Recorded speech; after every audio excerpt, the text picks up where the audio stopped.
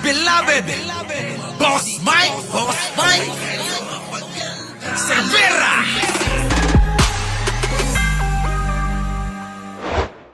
Taong humusga, 18 senador, Kita nyo, Father, banatan mo.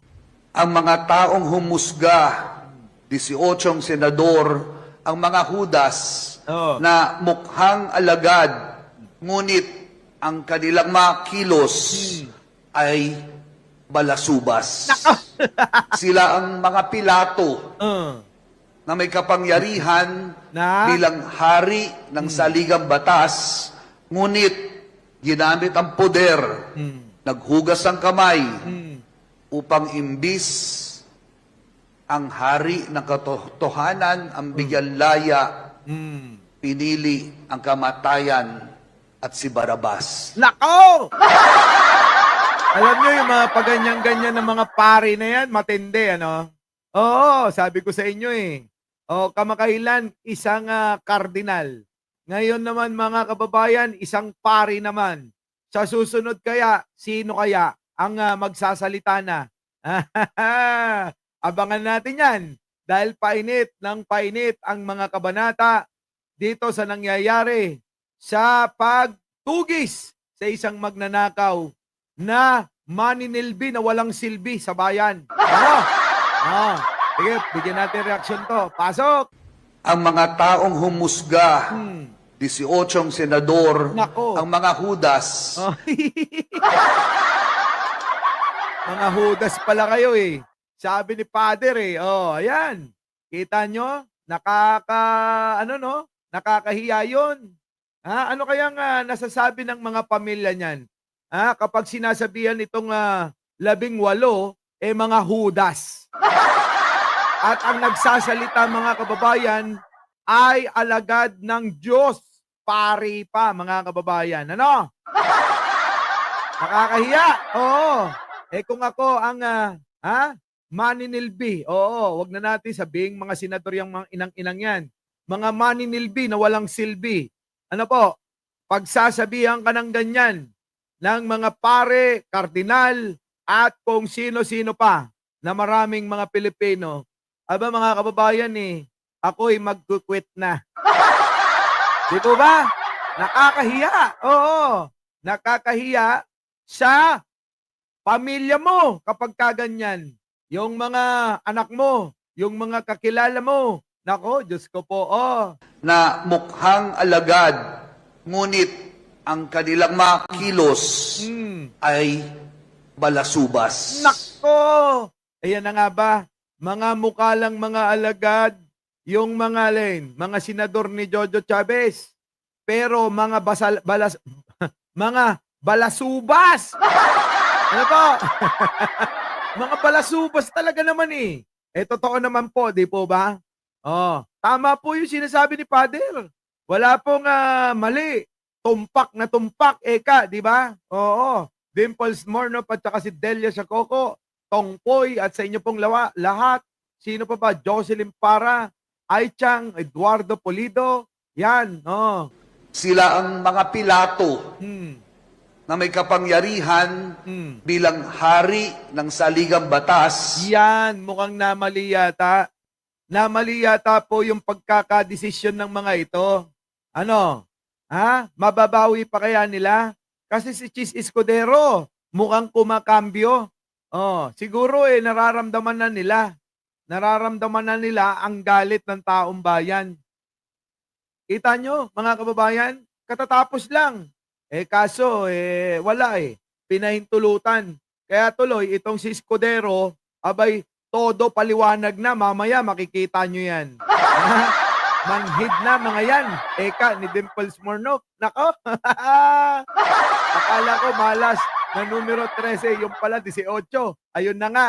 Oo, tuloy. ngunit ginamit ang poder, naghugas ng kamay upang imbis ang hari ng katotohanan ang bigyan laya, pinili ang kamatayan at si Barabas. Nako mga kababayan. Hinalin tulad na kay Kristo ito.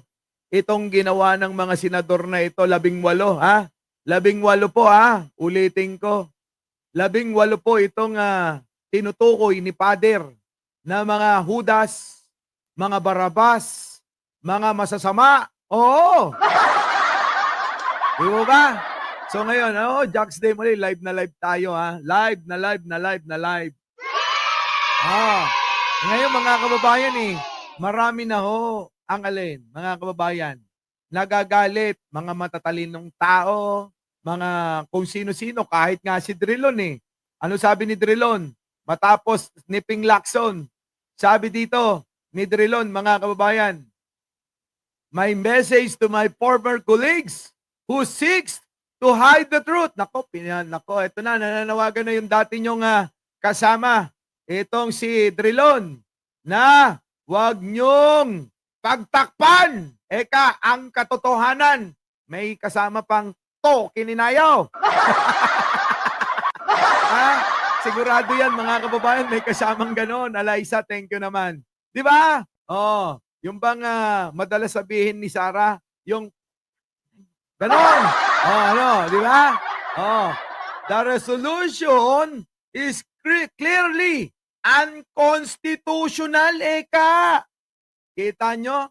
Isang batikang senador, mga kababayan, dating senador, siya na mismo nagsabi rin na unconstitutional itong ginawa nila na pagpapabalik ng mga kababayan, netong article of impeachment ni Buday. Sabi pa rito, do not play with fire. Naku, Diyos ko po, mabigat na mga salita ito.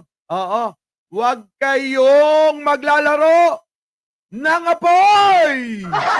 Grabe, no? Baka masunog kayo, naku, masusunog naman talaga lahat yan sa kumukulong asopre, mga kababayan, dahil yung mga yan, wag na tayo, wag na tayong magpaka-ipokrito. Lahat yan makasalanan. Tama po ba? Sang-ayon po ba kayo? Naniniwala po ba kayo? Lahat po yung mga yan makasalanan, mga magnanakaw. Di ba, Karuba? Ikaw ba, Karuba? Mamati ka? Mamati ka! Di ba? Ngayon, mga kababayan, tanong ko sa inyo, sino ang matuwid sa kanila? Sino ang mga hindi nagnakaw sa kanila? Sino ang hindi umumit ng pera ng bayan sa kanila? Tanungin nyo isa-isa. Kung may malinis sa kanila, baka pag tinaas ang mga kamay niyan, tulad ng ginawa ng 18 yan, mga kababayan, baka magsilbing parang antena na tatamaan ng kidlat, mga kababayan. Diba? Yan. Di po ba? Alam nyo, mga kababayan, matindi ito Marami na hong mga nagsasalita na hindi na ho pumapabor sa kanila sapagkat talagang halatang halata kung anong mga ginawa nilang moro-moro, mga palabas na akala naman nila'y hindi mahahalata. Kaya nga, ang ating kanta, bistado, dahil bistado sila. Yan ho ay itong mensahe ay galing kay ex-Senate President Franklin Drilon. Dilawan, mga kababayan. Our beloved Boss Mike